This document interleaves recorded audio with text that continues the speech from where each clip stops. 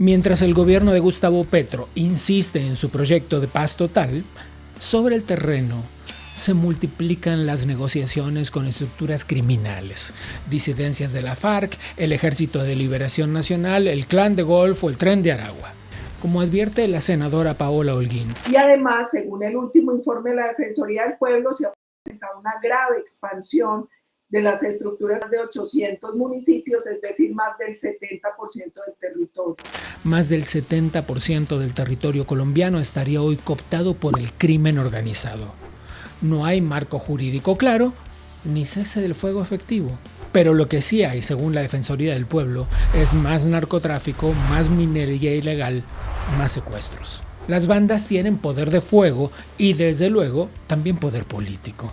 ¿Quién garantiza estos diálogos por la paz total? Cuba y Venezuela, dos dictaduras que han sido santuarios de estos grupos por años, ahora son presentadas como árbitros de paz. Una contradicción, por decirlo menos. Pero la amenaza también es interna. Petro ha chocado con el Congreso, con la Corte Constitucional y con el Poder Judicial. El exfiscal Francisco Barbosa lo resume sin rodeos. Petro no quiere gobernar, quiere desmantelar el Estado, dice. O sea, lo que podría entenderse como la batalla de Petro por el poder total. Colombia aún resiste, pero si las fuerzas democráticas no se unen pronto, el país podría entrar en una espiral sin retorno. El año próximo hay elecciones.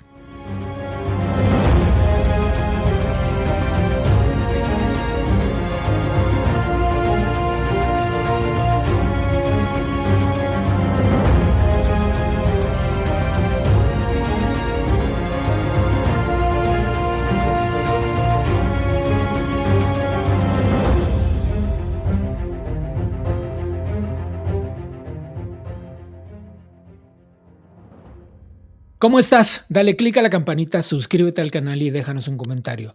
¿Sabías lo que está pasando en Colombia? ¿Ves algo similar en alguno de los países desde donde tú nos estés viendo en este momento? El enfrentamiento de Gustavo Petro con el resto de los poderes políticos del país es claro y ampliamente documentado por la prensa.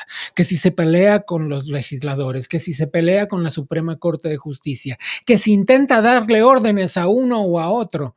Bueno, también hay que ver de qué otra forma se relaciona con las democracias y con las dictaduras. ¿Es Colombia amiga de Cuba y de Venezuela? Bueno, esa es una pregunta que debe responderse mejor de la siguiente forma. ¿Es Petro amigo de los dictadores? Vamos a hablar de todo esto con el ex fiscal general de Colombia, Francisco Barbosa.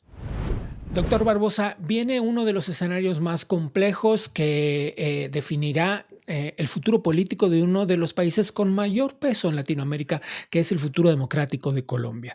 Y en este sentido, usted ha sido, pues, si me permite, el adversario más presente de Gustavo Petro y el movimiento político que él representa.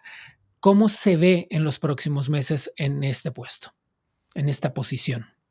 Pues mire, yo lo que veo es que yo creo que el gobierno de Gustavo Petro ya terminó. Gustavo Petro ha perdido la posibilidad de no solamente aplicar sus recetas nocivas de pérdidas de libertad, de atentado contra, incluso de acabar con la seguridad pública en el país, porque como me pasó a mí como fiscal general, yo impedí la salida de cientos de narcotraficantes en Colombia gracias a la acción decidida de la justicia y el freno que hubo con la política de paz total, que no es otra cosa que impunidad total, o como ustedes llaman en México, la política de muchos abrazos y no balazos que planteaba el expresidente López Obrador. Nosotros frenamos eso. Hoy Petro tiene una circunstancia muy, muy compleja, y es cómo va a terminar su gobierno y cómo va a finalmente tratar de impedir de que la oposición llegue al poder. Yo creo que en ese escenario en lo que estoy yo hoy es en la organización de una gran coalición de partidos y movimientos políticos que además la gran mayoría antipetristas, pero que tengan no solamente una connotación no solamente hay que oponerse a a una postura como la de Petro, sino hay que proponerle al país soluciones y las soluciones están básicamente en recuperar la salud, en recuperar la educación del país, en recuperar la seguridad. Quiero detenerme en un asunto que mencionó también, que es el proceso de paz, esta negociación con los grupos armados terroristas históricos de Colombia, la disidencia de las FARC. Hay quienes dicen que no es disidencia, que la FARC es una sola, el Ejército de Liberación Nacional y este enorme proceso de paz total propuesto por el presidente Petro con el absurdo de Cuba como garante de estos diálogos de paz. Usted ha planteado que esto no es un proceso de paz, que no hay un proceso de paz y no hay garantías para la sociedad civil. Sí, mire, desde el inicio, desde cuando yo era fiscal general de la Nación, a mí me eligió la Corte Suprema entre el 2020 y el 2024. En el 2022 llega Gustavo Petro. Yo me reúno con él como tal vez los primeros meses, y eso lo escribo y lo planteo en mi libro recientemente publicado acá en Colombia, con Planeta, y él inmediatamente me dice, cuando discutíamos y conversábamos sobre la paz total, me dice: fiscal, yo no creo en la paz total. Entonces yo quedé absolutamente sorprendido y le dije: pero usted no puede decirme eso cuando usted está desgastando a la justicia, al Congreso. Usted abre los medios de comunicación y los analistas hablan de esto, los medios, todo el planeta está hablando de este tema de Colombia. Usted me dice que no cree en la paz total. Y me dice: no, porque yo no estoy seguro de si eso va a funcionar o no, pero es bueno que hablen todo el tiempo, todo el mundo, mientras yo voy pensando qué voy a hacer. Esa es la irresponsabilidad. Una apropiación narrativa. Es una apropiación narrativa, pero no había orden, no había metodología.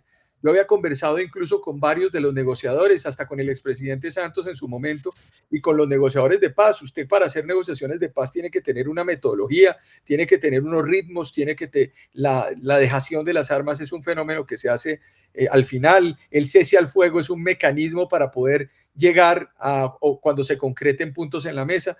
No, esto fue digamos, como decimos en Colombia, una chambonería, una cosa mal hecha.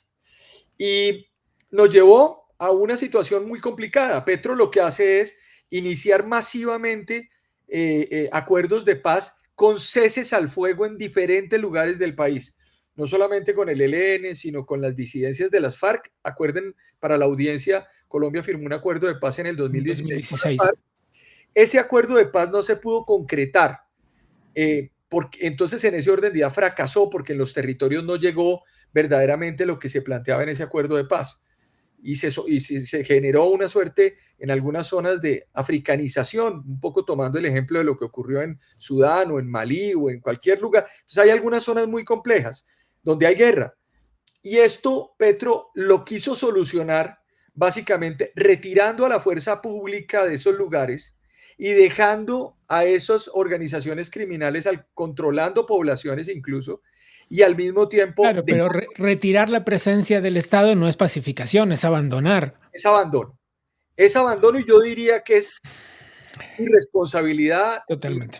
Totalmente. Entonces, lo que hace es eso, y cuando al final, para concretar esta respuesta, pues nos encontramos con una anarquización en muchos lugares del país que va a implicar una retoma de la seguridad, por supuesto, del Estado, porque no solamente retira la fuerza pública y la policía, retira también la salud, todo lo de gestión de salud, retira además el tema de la educación, es decir, él hace un retiro del Estado paulatino. Tengo la versión digital de su libro aquí, doctor, y a lo largo del libro usted insiste en varios puntos, que es el enfrentamiento de Gustavo Petro con el resto de los países autónomos del Estado, de la manera en la que le da indicaciones al Congreso mientras pudo, ya no tiene esa facultad de la manera en la que la tenía al comienzo de su mandato, y de la manera en la que se enfrenta al Poder Judicial. Ahí está muy narrada de una manera muy extensa la forma en la que debía suceder la sucesión de su cargo a comienzos del año pasado, en febrero del 2024, y cómo reunida en sesión la Suprema Corte de Justicia era asediada por una manifestación que usted asegura fue organizada por Gustavo Petro. Aunque, y cito textualmente la expresión que usted utiliza en el libro, él tiró la piedra y escondió la mano, porque luego tuiteó que no era él el responsable de las manifestaciones, sino que era un enfrentamiento entre el pueblo y el sistema judicial. Este proceso que usted narra, este proceso de enfrentamiento con las instituciones, ¿qué otras exponentes tiene? Pues mire, es muy interesante la pregunta porque eso es un solo elemento visto dentro del gran espectro que ha sido el gobierno de Petro. Petro es una persona, yo cuando me reuní con él en 8 o 9 ocasiones, como está explicado en el libro, nunca encontré una persona con conocimiento profundo del Estado. Era una persona básicamente que lo que buscaba era determinar cómo desordenaba lo que estaba ordenado. Es un hombre que le gusta el caos, es un hombre que construye caos y después se alimenta de lo que ha ocurrido alrededor. Entonces, esto se presentó un ataque masivo contra la Corte Suprema de Justicia, contra la Corte Constitucional, contra el Consejo de Estado, contra el Consejo Electoral, contra la Registraduría, contra la Fiscalía, contra el Congreso, Iba a contra citar un todas. momento del libro en el que usted nombra todas estas instituciones a las que el presidente se enfrentó. Entonces se enfrenta a todas las instituciones. No hay una que esté en pie para él.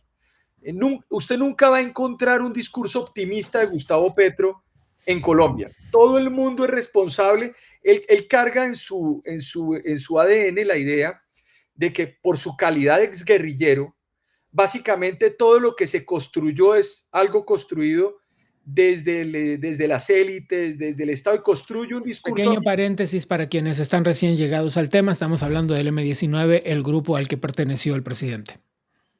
Entonces él nunca tuvo castigo, él básicamente siguió derecho. Usted cuando ve, yo además fui fiscal general, cuando usted ve a un criminal inmediatamente cuando lo sancionan se arrepiente después. Esta persona nunca tuvo ningún proceso de arrepentimiento, esto es un proceso de los años 90. Entonces, Petro es un hombre que cuando llega al Estado dice yo quiero demolerlo, yo quiero romperlo por la mitad. Y se encuentra una institucionalidad muy fuerte en Colombia, en donde relativamente la rama judicial del poder público, el Congreso, se convierte en una especie de freno y claro, se siente la agresión, pero él frena. Eso fue lo que me pasó cuando él dice, es que el jefe del fiscal soy yo, desconociendo la división de poderes, porque Este yo no soy. fragmento de video que veíamos hace un minuto antes de la entrevista, ¿no? Exactamente, porque yo finalmente yo nunca fui elegido ni nombrado por un presidente de la República. El nombramiento del fiscal general en Colombia es un nombramiento, es una elección de la Corte Suprema de Hay Justicia. una terna, pero la elección es de la Suprema Corte de Justicia, claro. Exactamente. Que sucede al comienzo de esta conversación, hablaba de una coalición de fuerzas que se enfrentarán de alguna forma, llegado el momento durante el año próximo, cuando sucedan las elecciones generales en Colombia. Entiendo que dado el grado de protagonismo que usted ha tenido en los últimos tiempos y el grado de involucramiento en la vida cívica, esto nos deja ver que usted participará en este proceso para alcanzar la presidencia de la República. ¿Qué es lo que está ocurriendo en Colombia? Que el proceso electoral va a tener un componente de necesidad de carácter, de determinación, no solamente para ganar, sino para gobernar, porque es que Petro deja un país no para presentar un plan de desarrollo, sino un plan de reconstrucción. A nosotros nos tocó un COVID institucional. El COVID que Petro impuso a Colombia es peor que el COVID que tuvimos durante el gobierno anterior, el gobierno del presidente Duque. Entonces a nosotros nos toca organizar una cantidad de elementos políticos y sociales para que esto funcione. En ese escenario, si están dadas las condiciones para que yo pueda estar en ese escenario electoral y si podemos organizar esa coalición importante en Colombia, cuente con que yo presentaría mi nombre a la presidencia de la República y lo haría además con determinación, con carácter y no para competir, sino para ganar la presidencia de la República el próximo año. El último asunto es que usted habla de una peruanización de la política, pero supongo que también traza un paralelo con otros países con los que Gustavo Petro ha demostrado cierta afinidad, con Venezuela, con Cuba. Usted habla de este proceso de deterioro que sucede luego de que determinadas tendencias políticas llegan al poder. Porque cuando Petro ha venido permanentemente martillando la idea de que el sistema institucional colombiano le ha impedido gobernar. Él ha dicho, mire, yo no soy responsable de mi fracaso. Los responsables de mi fracaso son las cortes, son la justicia, la fiscalía, la Lo procuraduría. resumiré de la siguiente forma porque se nos va un poco el tiempo, pero la idea de golpe blando que usted utiliza en el libro y que Petro aduce cada vez que algo no le sale como quiere. La idea de que están efectuando un golpe de Estado. Estamos de acuerdo. Entonces, lo que va a ocurrir es que la campaña presidencial se va a ubicar en el escenario de decir, no pude gobernar. Y como no pude gobernar fue por esas instituciones, luego hay que crear otras instituciones. Y ojo con esto, esa es la historia de Venezuela 1999, esa es la historia del Ecuador 2006, esa es la historia de Bolivia en el 2009. Es decir, si hay que barrer lo existente para reconstruir algo nuevo. Ya hay candidatos de ellos que están hablando de resetear el sistema político. Entonces, gravísimo, tremenda, eso tremenda expresión, tremenda expresión. Esta es la batalla de Petro por el poder total. Cuando usted desaparece las fuerzas políticas, aparece la autocracia y el autoritarismo. Y eso es una regla, usted la mira en todos los países. Totalmente. Entonces, ¿nosotros qué estamos haciendo? ¿Y cuál fue mi propuesta a todas las fuerzas políticas acá? Señores, organicémonos todos, todos sin excepción, para poder enfrentar lo que viene. Si esto va con dispersiones o con outsiders o con personas que dicen yo siento que debo ser y soy ungido, vamos a perder. Así será. Muy bien, es el doctor Francisco Barbosa, ex fiscal general de Colombia. Gracias. Muchas gracias por esta invitación.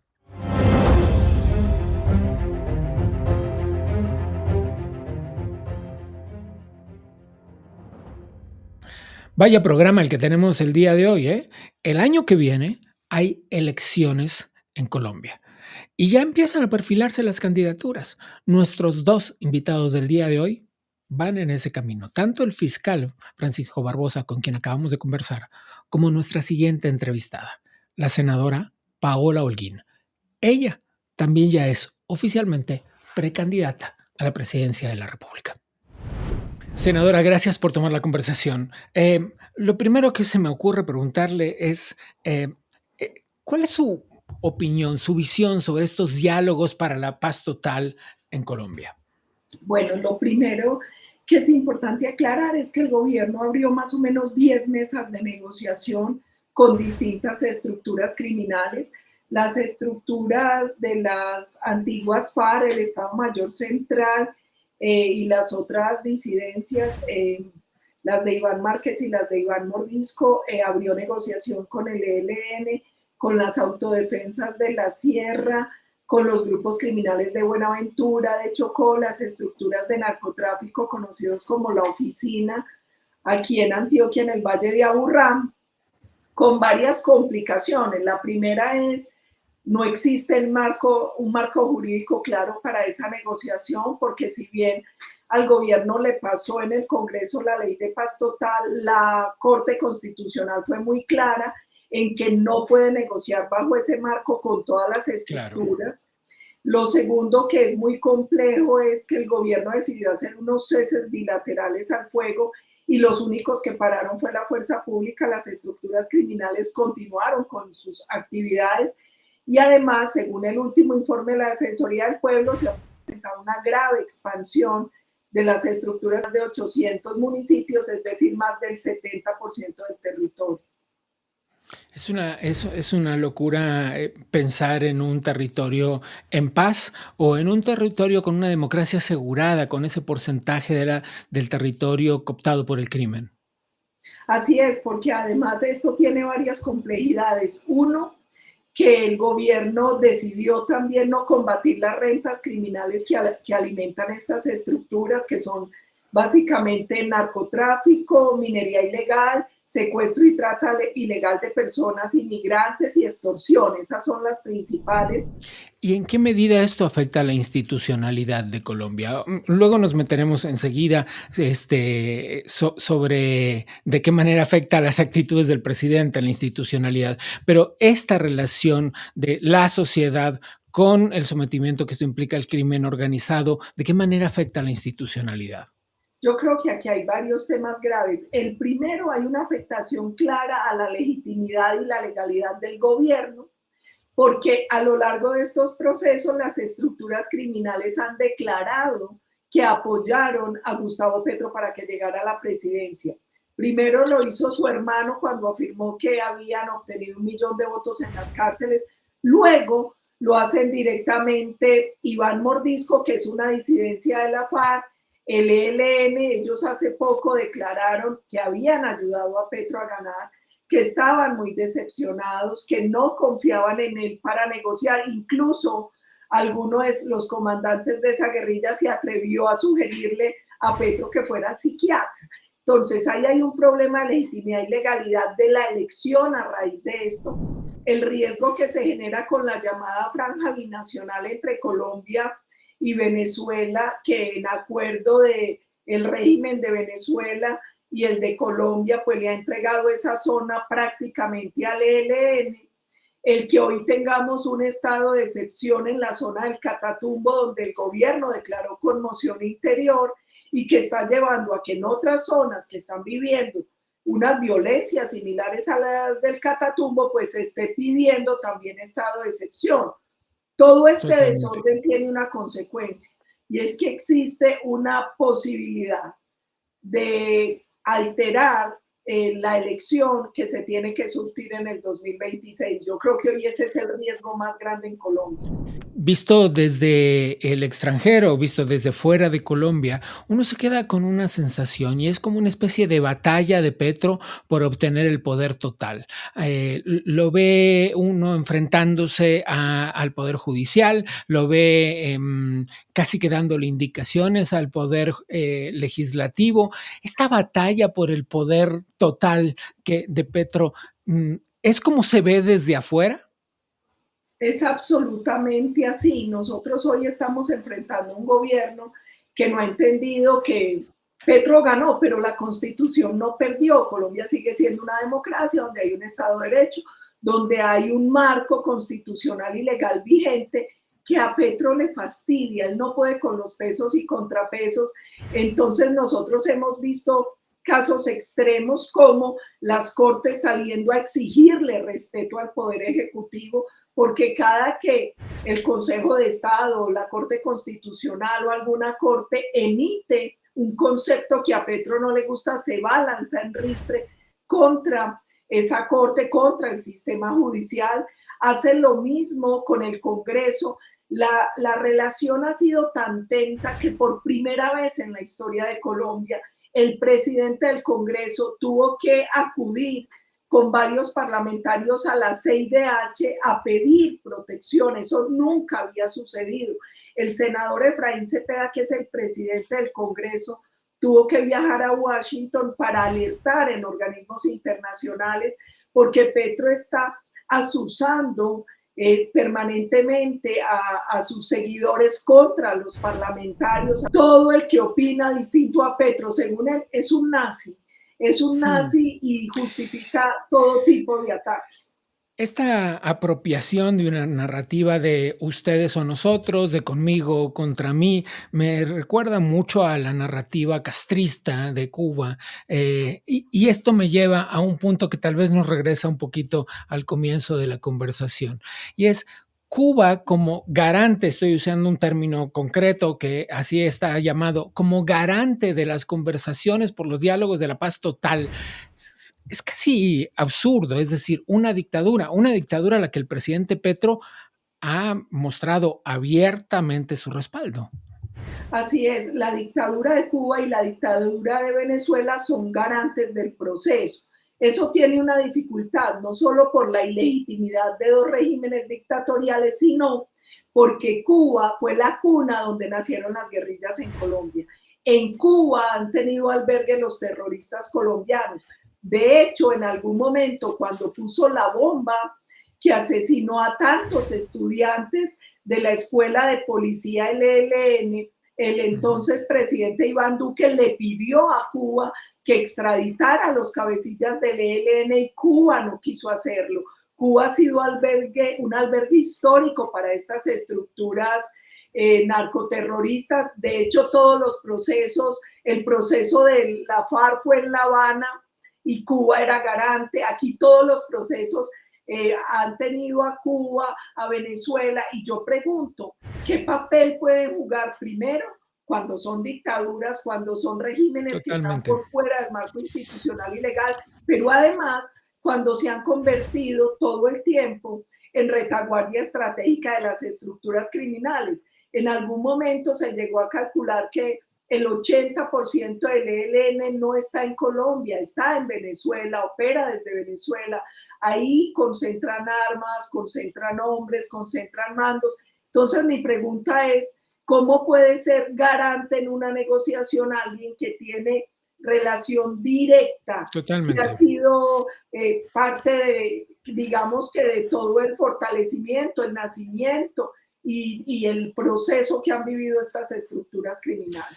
La última, porque se nos va el tiempo, es usted oficialmente precandidata a la presidencia de la República en las elecciones del siguiente año, por su partido, el Centro Democrático. No es fácil de contestar en apenas un minuto que nos queda, pero ¿cuál es la salida de esto que parece ser un círculo vicioso? Lo primero es, si hablamos del tema de seguridad, el Estado tiene que volver a recuperar su obligación constitucional, que es garantizar la seguridad. Hay que fortalecer la fuerza pública, hay que entender que seguridad y justicia son un binomio inseparable. Una vez asuma la presidencia, inmediatamente desaparece el reconocimiento político a estructuras que en realidad son narcotraficantes como el ELN y la FARC. A todos hay que tratarlos como carteles del narcotráfico y el terrorismo. Yo voy a radicar una ley de sometimiento a la justicia para que en un marco de justicia ordinaria, con algunos beneficios, ellos puedan acogerse. Y el que no se acoja, pues tiene que recibir todo el peso de la ley. Además, una especie de tolerancia cero, entiendo. Tiene que ser así, porque no hay otra opción. Ellos han martirizado por décadas a los colombianos. Aquí se tiene que recuperar la seguridad y el orden, y eso no es negociable. Desde Colombia es la senadora Paola Holguín. Gracias.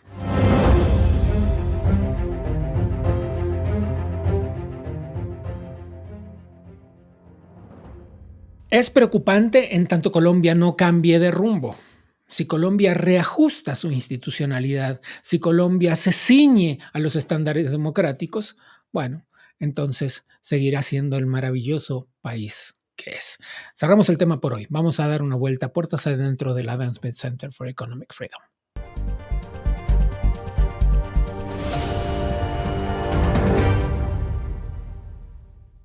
Recientemente, el Adam Smith Center for Economic Freedom llevó a cabo un importante panel en las oficinas de la Florida International University en Washington, D.C. El asunto estuvo centrado en la política America First y de qué manera eso impacta en América Latina. El evento estuvo muy bien organizado, con figuras como Carlos Díaz Rosillo, el director fundador del centro. Allí estuvo Diana Alarcón, que es representante de México ante el Banco Mundial. Estuvo Eric Farnsworth, quien está frente al Consejo de las Américas, y estuvo también Andrés Martínez Fernández, quien es analista de las políticas para América Latina de la Fundación Heritage. Todos ellos participaron bajo la moderación de Helena Aguirre Ferré, quien fue directora de medios de la Casa Blanca. Durante la conversación se llevó a cabo un análisis y se llegó a un punto muy claro. Existen enormes oportunidades para la región y podrían ser utilizadas en el contexto internacional. Sin embargo, hay un mensaje muy claro. Gobiernos de la región, a trabajar se ha dicho. Por otro lado, permítame contarles que se acerca la cena y celebración Campeones de la Libertad, un evento muy esperado. El próximo 9 de mayo, en el Trump National Doral Miami, se vivirá una noche especial dedicada a rendir homenaje a quienes defienden los valores democráticos y de la libertad. La velada incluirá una recepción, una entrega de premios y un cierre con música. Se va a convertir en una ocasión única para celebrar el compromiso con la democracia.